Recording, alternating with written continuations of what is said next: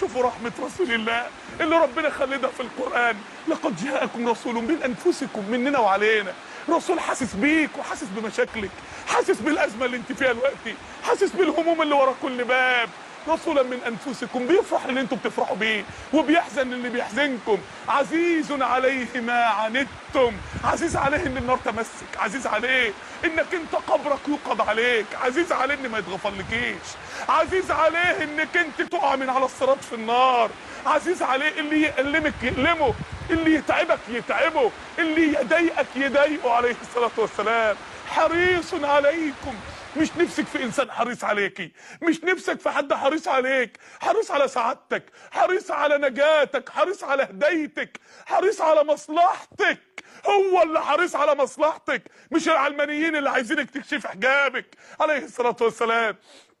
حريص عليكم، حريص انكم تدخلوا الجنة، انكم تنظروا لوجه الله، انكم ما تتحرموش من الفردوس. بالمؤمنين رؤوف رحيم. ما جمع الله لاحد صفتين مثل محمد عليه الصلاة والسلام. ما حدش ربنا قال عليه كده غير النبي عليه الصلاة والسلام. رؤوف يا جماعة.